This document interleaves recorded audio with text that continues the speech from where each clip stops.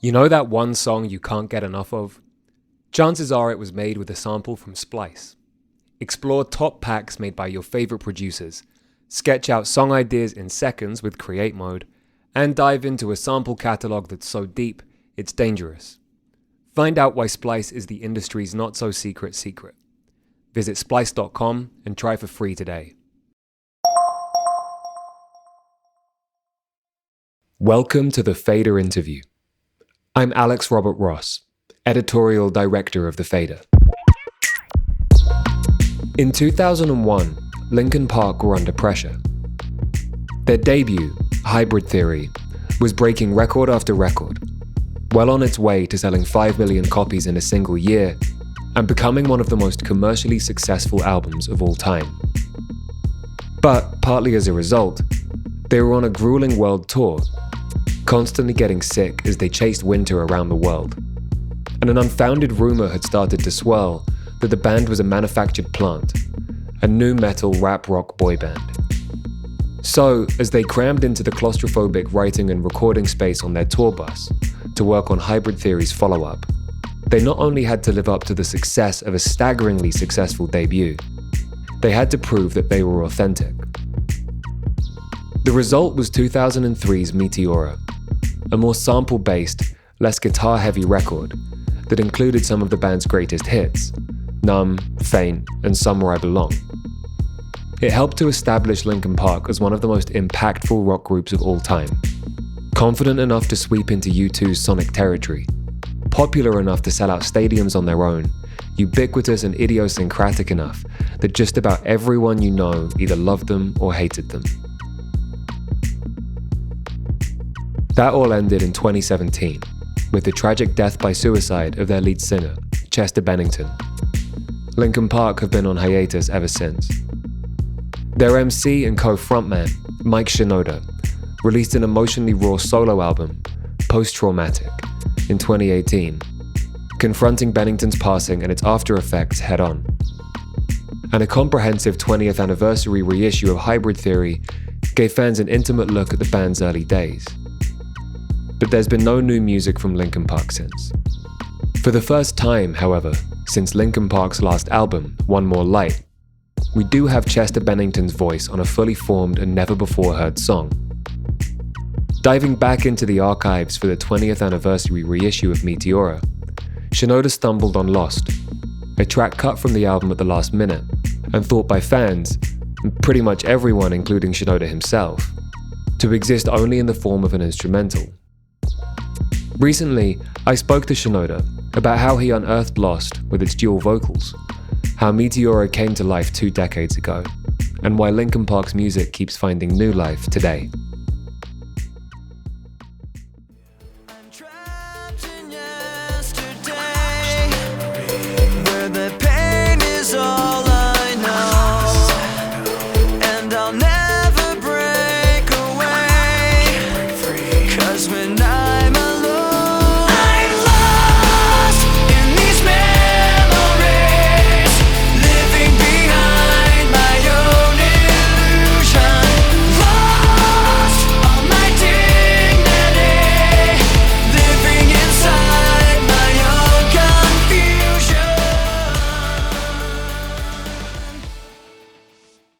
I'm not sure I've really had a conversation like this with somebody for a while about finding lost music, especially music that's so sort of poignant, something that felt like it might have been lost, and a voice of somebody who you're still mourning. I wanted to start with Lost, which I know is a single that you guys are going to put out. So you found that song pretty much whole, right? I mean, I know that you went in and mastered it afterwards, but you found that, and when did you find it? Where did you find it? It was on a CD or a hard drive? So we put out a 20th anniversary of Hybrid Theory, and it did really well. At the moment when we did it, it was like we didn't have a plan to do 20th anniversaries of anything else. And then when it did well, we were like, okay, people want this. And the great news is I think we've got a lot. Like we had some material for Hybrid Theory 20, but like going forward, Meteora, we have a lot of material, I think. So we started like looking through the band's hard drives and like going out to friends and stuff. Me like, if you've got anything from this era, like send it over. I mean, the headlines, the highlights of the excavation were, the song Lost, and actually a couple of other songs with vocals, and then a bunch of other songs that were demos of things that didn't come out, like different demos of other songs that didn't ever get finished. A whole documentary, basically, of our touring at the time, like what it was like on the road with us. And then multiple shows that had been professionally filmed and captured and hadn't really been fully released. It's a lot. It really is. Like, if you're a Linkin Park fan, like, and you like this album, it is like it goes so deep. But you also just get this wonderful time warp or snapshot of just how young and like naive and childish the band was at the time. Like, we were 25-ish, but we were acting like teenagers, man. Like, the thing was that we were just experiencing especially when the video portion of it, we were touring on Hybrid Theory. We had gone from playing like clubs for maybe 300 people to headlining festivals in a year. Like the show in LA, the radio show for the radio station here in LA, the one year we were the first band on the lineup, and the very same show 1 year later we were the headliner on the lineup. And it was like, in our minds, like, we didn't even at that point grasp what had happened. We were just, head down, going through what we knew. We just get to the next step, get to the next step, get to the next step. And the Meteora, when we got to that part, it was like, okay, like, we started recording it on the road, like, get to second album. Here are our challenges. Here's what we expect of ourselves. Here's what other people are thinking. Here's what other people expect. Like, gotta like make the best record that we can. I think you can hear it in all of the material on this 20th anniversary package. So the DVD that came out, I don't know if it's the same one, but the DVD that came out with Meteora at the time, you get a real sense of the work that you guys were putting in. Chester says something about like, I basically like thriving under pressure. And it sounds like by the end of that process, there was a lot of pressure on you guys. Like, Chester gets sick for like 5 weeks towards the end of the process when he's still got to track vocals. Like, but you guys are really... We were always sick. Oh my God. We got sick so... Like, I don't know what was wrong with us, but we got sick so much. There was a point at which we were touring the end of Hybrid Theory tour leading into that Meteora recording and all that stuff, where we called it the Endless Winter Tour, and we followed winter around the planet for 5 months. Like, it was cold and rainy everywhere we went. At the like 3 month point, we're like, why is it still raining? Like, it's every day is rainy. We're always sick. We're doing a show and like go to the side of the stage and throw up in a bucket and come back on and finish the song. Like, we were a mess, just pushing as hard as we could every single night. I remembered sleeping in the tour bus, bundled up with the chills and a fever. I played a show, got in my like second layer of clothes, went into the bunk, slept, woke up, ate, slept, woke up, ate, slept, got on stage to go in and play another show. Like, I just stayed in the bunk sick. And I did that for multiple days, and just until I felt like I could get up in the middle of the day. And this was like life for us at that point. And when it wasn't that, it was us being wildly just childish. Like, it was the best ride, right? Like, dream come true to be able to do that. And so we were just enjoying every minute of it. Was that internal pressure or external pressure? Was it because you were under pressure, like, hey, you've got a tour, like the label set us up? Or were you pushing yourself because you're 25 and that's what you do? Yeah, so here's the context. So as we went along, we'd get updates about the performance of the album and the tour and whatever. And every email was, you guys, we broke another record. Like, this song did better than any song. This song did better than your last song. This tour we got to go bigger on we got to go bigger on the headline tour. Oh, we should probably like think about making our own festival. By the end of Hybrid Theory, they said, we got an email from the label saying, Hybrid Theory was the biggest album on planet Earth this year. It took us forever. It took us weeks to even process that information because we were so used to hearing good news, as stupid as that sounds. Like, everything was like bigger, bigger, bigger. And then when they hit that, we almost filed it under just more good news, and then realized, like, this is not the same good news. This is a life-changing good news. and a life-changing pressure as we go into this next record. Meanwhile, a rumor had started. I think it was like UK press, rock press, where they were really snarky, and also there was no quality control. Like the press back then, the rock press especially, was like fucking children writing on blogs and submitting it to editors that would print it in a magazine. Like they were so bad. And somebody made up a story about us being a manufactured, basically rock boy band. They were like, oh, they're just like the Backstreet Boys of rock. Like they're an industry plant. Somebody had made up the band. They hired these guys that didn't know each other. Somebody else wrote the songs and blah, blah, blah. Every word of it was bullshit. But what do? You just say, no, that's a lie? Like there's nothing we can do at the time. There was nothing we could do to prove them wrong. We're just like, no, I have photos. Like we've known each other, but there's no YouTube. There's no cell phones with pictures. Like it's just your word against them. So going into Meteora, we said, not only do we have to write an album that proves we can do it again, but we have to show them that we're the ones writing it. Like we have to show them how we do it and how hard we're working to get to where we're at. That was part of the challenge that was up against us, that was put on us by other people, but also part of the challenge that we put on ourselves was to like really prove that we earned it in a sense. And by the way, as a second thought, make sure that we advanced the conversation. We weren't going to just do Hybrid Theory Part 2, that we could set ourselves up to be more than just the band that they found out about on the first record. That there had to be songs on the record that proved we could change the musical approach. I was gonna say genre, but like we never wanted to be part of a genre. Like we wanted to change the approach and the idea of genre as a concept. We wrote the song called Breaking the Habit.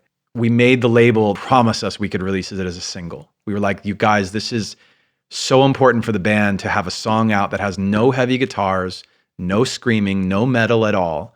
It's mostly sampled, like programmed rather, drum beats and strings and things. That's the meat and potatoes of the track. Just to let people know that we don't subscribe to this like idea of what the band is supposed to sound like. I don't want to be the one the battles always choose, 'cause inside I realize that I'm the one confused. I don't know what's worth fighting for or why I have to scream. I don't know why I instigate and say what I don't mean. I don't know how I got this way. I know it's not alright, so I'm breaking the habits. I'm breaking the habits tonight. Seeing footage of you guys back then, hearing you talk about it now, you're constantly like flooded with good news, and your kids, you're basically living out your dream. You're getting up on stage every night and giving everything you possibly have to a crowd. But you're still grappling with some really difficult things on Meteora, just as much as you were, if not more, than on Hybrid Theory. You're still, like you and Chester both, are still really, really heavily in that. You can see that happen across the history of rock music, or just across the history of music. I mean, Nirvana were breaking records, but at least for Cobain, that was like actively pissing him off at the same time. He didn't want to be like that, but you're kind of living out a dream at the same time. Like this tension that exists within the band between the music you're putting out and the experience you're having seems quite heated. Yeah, it's not unique to us. Like every musician, every band, everybody is like, has got their own version, right? What's your personal story at the time? What did you grow up in? What are you bringing to the table? How are you expressing that in the music? And for us, the dynamic was that I was becoming more and more the primary writer of the tracks and the lyrics, partially because Chester liked what I was writing. More on Meteora than on Hybrid Theory, he would kind of like wait for me to give him a thing and say, is this right? Sometimes I was writing things from my perspective that I was like, can you sing this? This is my story, can you sing it? And then other times I was writing for him. Like, I know this story about you, and I wrote a song about it. And then other times I was writing something that was both of us, like a little vague maybe, or like designed to address both of the way we felt about a thing. So sometimes, like a lot of times, it's tough because especially on those records, like the lyrical approach was a little more abstract. It was less telling a specific story and more like, I don't know, like abstracted storytelling. And the reason for that was like, to us, it sounded good over the track. It's what the track felt like it was asking for. And by the way, I don't know that we had all the words to tell or the balls to tell our very specific stories at the time. We also just wanted to let fans like interpret it the way they wanted to interpret it. Like I could write a song about a thing and you could hear it and think it's about a different thing. And as far as I'm concerned, your thing is more important when you hear it. I don't want to ruin that by telling you it's about, whatever. Do you think you felt a responsibility maybe at that time to write from a place of honesty and authenticity, but also like to write about the darkness? Because, Hybrid Theory obviously has a huge impact on, many, many millions of people, partly because of the sort of difficult topics that you and Chester were addressing about your addiction and just like abuse and in many ways, as you're saying, like you're trying to connect with people, you want people to interpret it in their own ways. And when you realize that that's happening, you've got a second album. Do you feel like you have to go back to the well with that? Even though we knew each other, I didn't grow up with Chester. So I met Chester in the late 90s. And I mean, I'd always hear news stories. Usually when we were in the studio, occasionally when we were just we traveled together. To give you a sense of the context of what I mean, like in the very beginning, the whole band traveled together a lot. After Meteora, the band traveled separately a lot. Like maybe going into Meteora, it started there when we could afford to travel separately. In the beginning, you're just in a bus or a van together. At a certain point, financially, we could afford to have more space for each other, like for ourselves, and like really, because you sometimes need, especially with that level of pressure, you need a little more personal space. So we got that. And then eventually we chose to give that up. And Chester and I traveled together always, like almost always, I should say. That said, like I always heard stories that I hadn't heard. Funny, bad, just weird. I think during the Meteora time, he would tell me about things that were going on in the present. He was telling me about things that went on in the past. And I was like, oh man, like I feel like I'm listening to a movie. Like your life is like a movie. It's just very dramatic in some ways, And he's talked about all of that stuff, the childhood stuff that's not a story for me to tell. That's for listen to it on YouTube or whatever. So so those stories, like some of those stories were new to me and they were like, oh wow, like that's, here's how I relate to that. My version of that, which is whatever it is, like that's the song, whether it's a song like, I think, Numb was more of a backwards looking song. Like this is how I felt in a relationship and it's over time, it's become this way. Whereas Faint was more of this is how I'm feeling today. Like there's an urgency. You can tell based on the track itself, like it's pulling out that urgency that like, why doesn't anybody trust what I'm saying to them? Like, you're not listening to me. I won't be ignored, that type of thing. I think most people go through a version of that when they're growing up. Like, I'm not being heard. Why doesn't anybody hear me? Why doesn't anybody see me? And that's what I think we were really, at that time, what we were feeling more than anything is like, I keep telling people my story and how sincere I feel about this thing, and I feel like they don't hear me. Every step that I take is another mistake to you. Caught in the undertow, just caught in the undertow.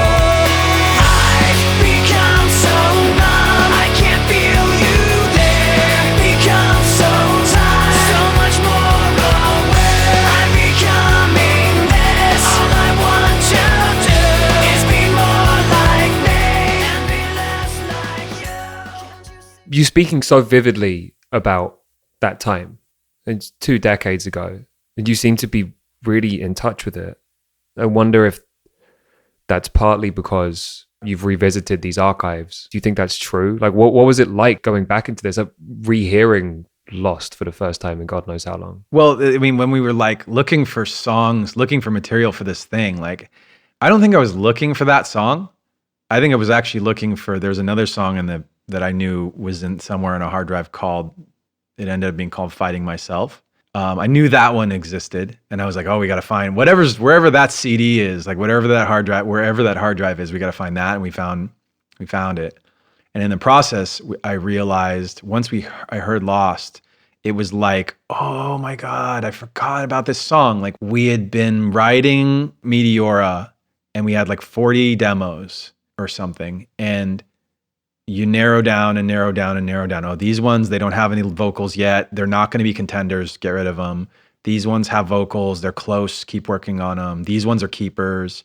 And eventually you get to the point where it's like, okay, we're going to make an album of about 12 songs out of these. So we mixed, I want to say we mixed 13. Like, I don't know, but I remember that we did get to the point where we almost put Lost on Meteora. We realized that tonally, it was like the same kind of emotion and energy of Numb. And Numb was arguably a better song. We liked it better at the time. So we were like, well, yeah, so then we can't have two Numbs. Like, we'll just put Lost somewhere else. Like, I don't know we didn't know what we were going to do with it. So we just, shelved it and forgot about it. And so now, like, finding it was like, oh my God, the song got all the way to the finish line. Like, fans are going to love to hear this. Like, it was so fun to hear where we were at that point. And it's also just lyrically, I think it's such a nice reminder of that era and the connection to what we were doing, what we were about, why people were showing up in the first place. It's as much about the work you put into it as it is about the things you're writing about. Like, that's kind of what's connoted by the album artwork, right? Is this whole day where you guys are sort of everybody's graffitiing over each other on that wall. Like, it's just this big project. So street art, as it were, like the new modern version of street art, was for the first time around Hybrid Theory, was starting to separate from graffiti. Like Shepard Fairey, Banksy, folks like that were showing up, and we were like, oh my God, we love that stuff so much. Like, the Soldier on Hybrid Theory was literally just a Banksy ripoff before anybody knew who Banksy really was. We didn't know how to contact Banksy, so we just did it. On Meteora, we had the means. Like, it was like, oh, the first record was the biggest record on the planet. It was the biggest album, bigger than everything. And we eventually, because of that, had the means to like make an album and album art that was, you got to imagine something and like do it. Like, so we had this idea to do basically a huge mural with our friend and art director, Frank Maddox. And we found a graffiti artist, street artist named Delta that we loved. He did those geometric shapes. And we were like, oh, we love how that connects to, like, visually, it feels like Gundam. It feels like anime and like Transformers and shit like that we like. He would be great to add to the mix, to add that element to it.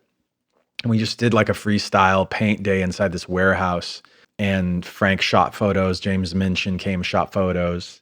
And we just, all of that became the packaging for Meteora. And I think it was the idea of the phrase work in progress showed up around that time. I think we wrote it on the wall or something. This was our moment to say, no album is perfect. No band is perfect. No artist is perfect. You're just trying to get to the best version of yourself and your music that you can at the moment. And we had that feeling of like, okay, yeah, we're like a work in progress, and we're going to let the album be that, like, show people that we want to be something more than the thing they saw last time.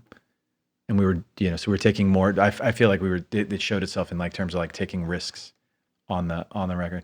A little bit of loneliness, a little bit of disregard, handful of complaints, but I can't help the fact that everyone can see these scars. I am what I want you to want, what I want you to feel, but it's like no matter what I do, I can't convince you to just believe this is real. So let go, watching you turn your back like you always do, face away and pretend that I'm not, but I'll be here cause you're all that I got. I can't feel the way I did before, don't turn your back on me, I won't be ignored. Time won't change this damage anymore, don't turn your back on me, I won't be ignored. With Fighting Myself and More the Victim, which will be the two other sort of finished tracks that most fans haven't heard, Did you not know, or had you like forgotten that you and Chester laid down vocals for them?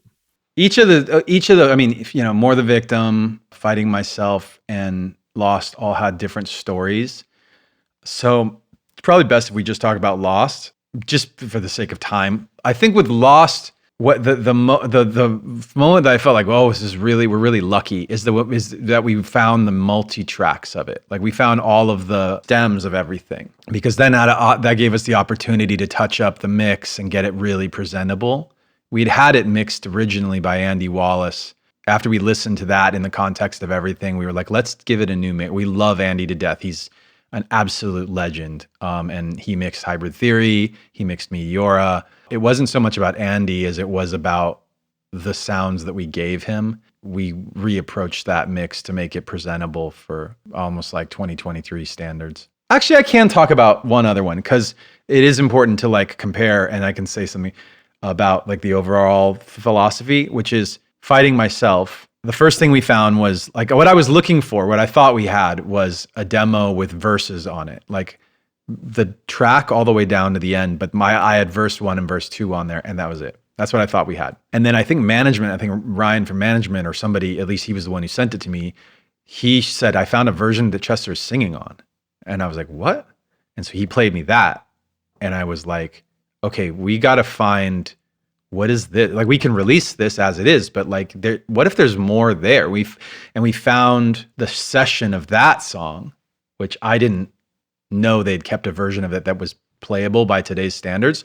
So I got to go into the multis of that, and I found we were demoing different chorus ideas, and you could see it go from like a really bad, rough sketch to like the best version that we had. And so there was a chorus, and I was like, that's the song. Like we've got everything. Like he did vocals on the whole thing.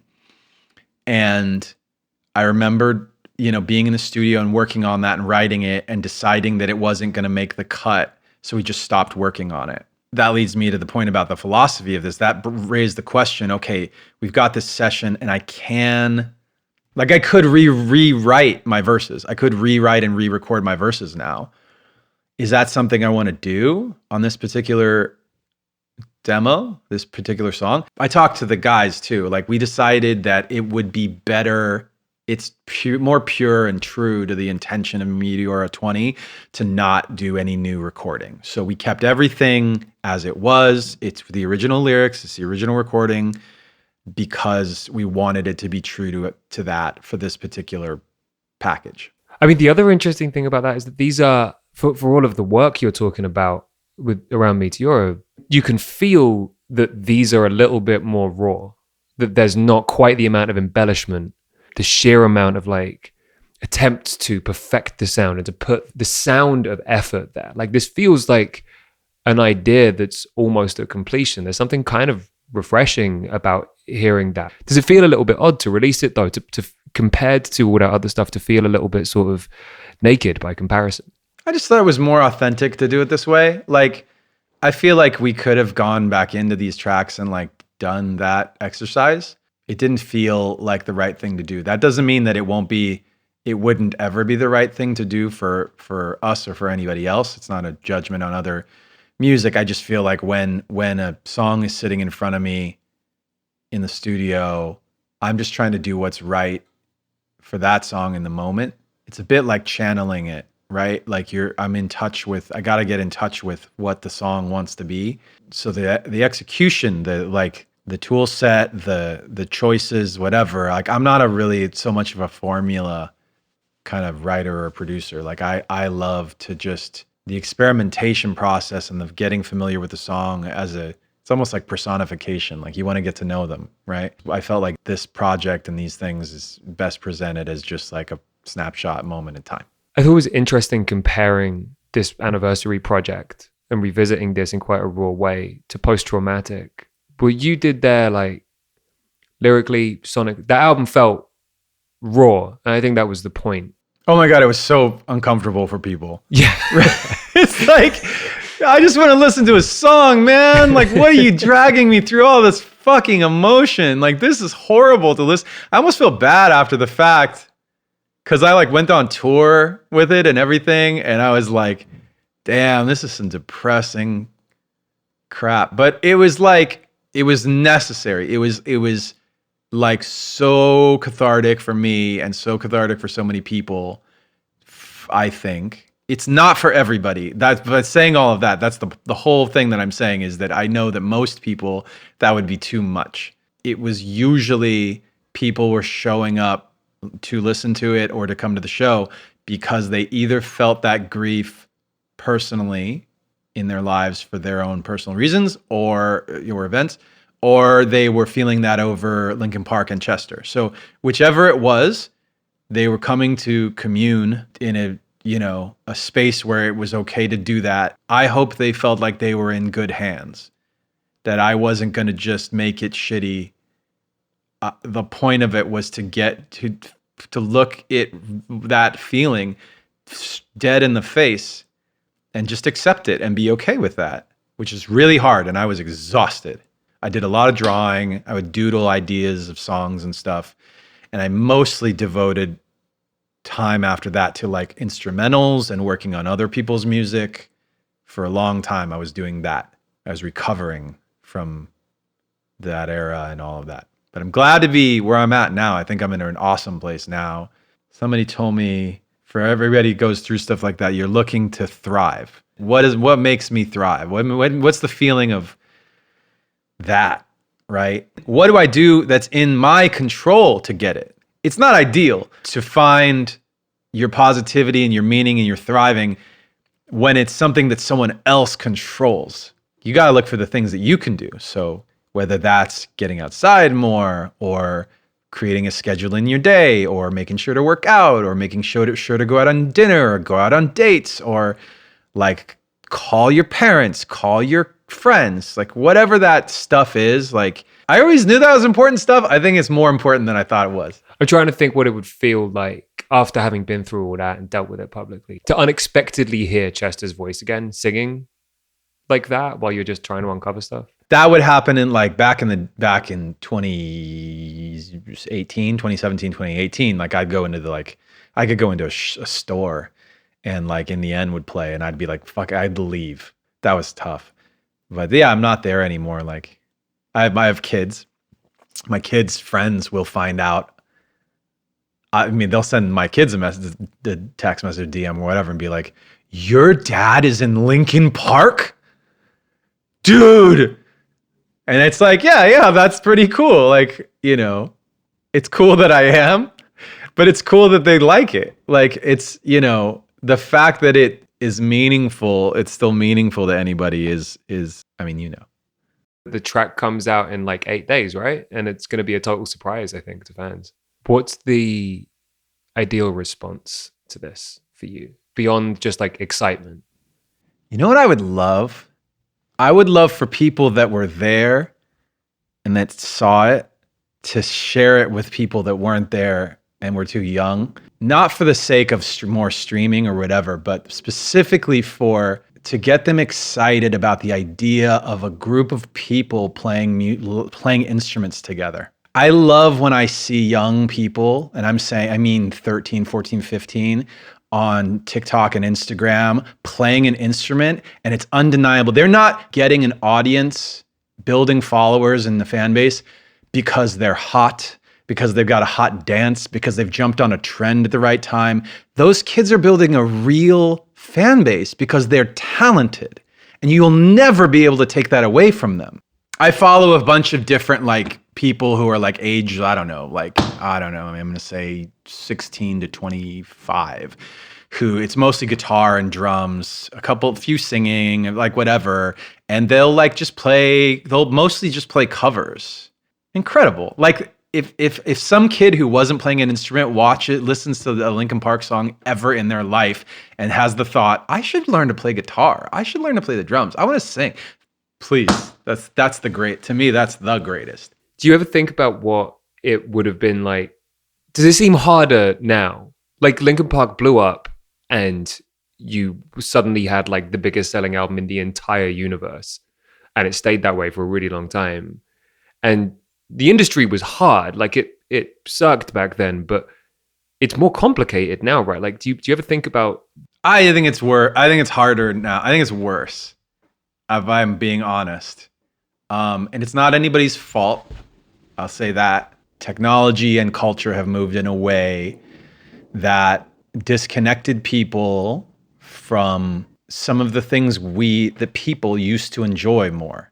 When an artist makes a great song and the first thing everybody around them says is, how are we going to make this trend on TikTok? Like, can you imagine how looking at what you in your heart want to make, like what you feel like is a good song, and then realizing that it has no place in the world of social media and streaming and what, like, 'cause you can just look back. One reason is like analytics. One reason is numbers. Like when we were making Hybrid Theory and Meteora, we weren't looking at numbers on the internet all day. We weren't like, you didn't have the follower count and the like count and the number of streams count and the number of views. That information wasn't part of your every minute existence. It didn't exist. And now it's all that exists.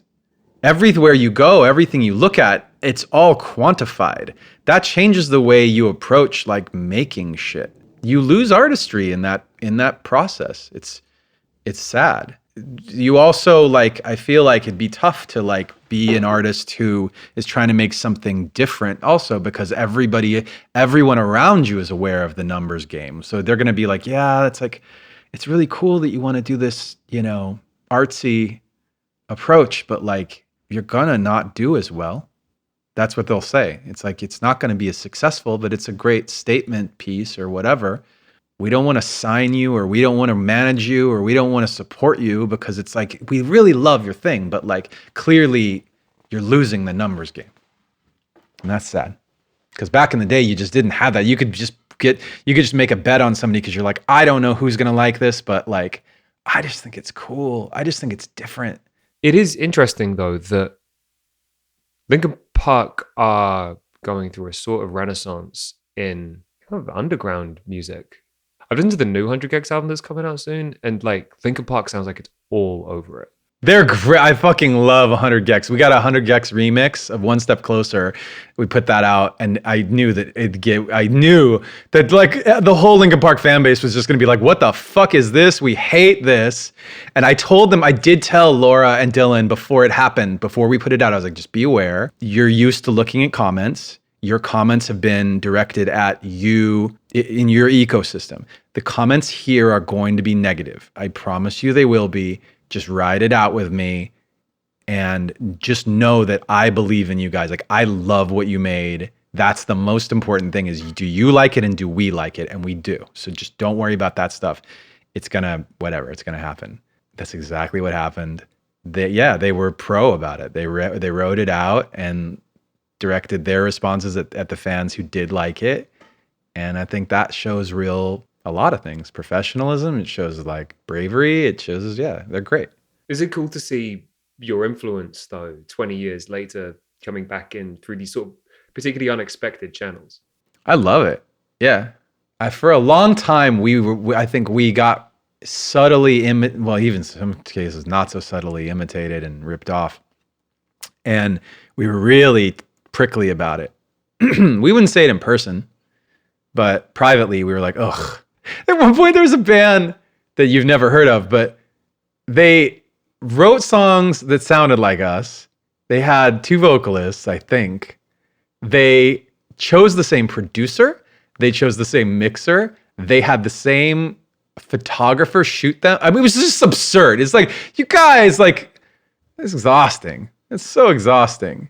So in that era, we were very, like, it was just so annoying. And then, and I think over time, we had a different look at it, which is that, to have inspired a lot of people or be so much their favorite that they would do that is a blessing. And, the ones that do it now, I think most times when somebody says, oh, that band like really sounds like they're influenced by Linkin Park, most of the time when I hear it, I go like, really? Like I can hear it. Once you say that, I can hear it. But like at the outset, I don't usually hear it as much as somebody else.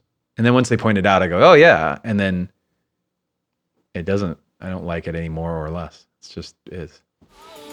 I try to keep this pain inside, but I will never be alright. I try to keep this pain inside, but I will never be alright. I'm lost in these memories, living behind my own illusion. Lost all my dignity, living inside my own confusion.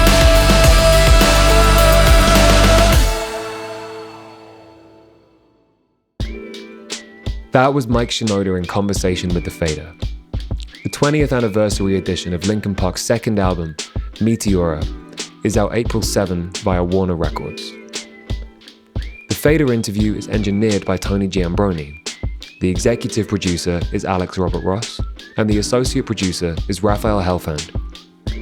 We'd like to thank Lauten Audio for providing our microphones. You can find them online at lautenaudio.com. And we'd like to thank James Ivey for providing our intro music. If you enjoyed today's episode, we'd appreciate if you left a 5-star rating and review. If you like listening to The Fader, good news. We're on the new live radio app AMP. Download it from the App Store now. And keep an eye on thefader.com for essential music news, interviews, and essays. We'll be back soon with another episode of The Fader Interview. Goodbye until then.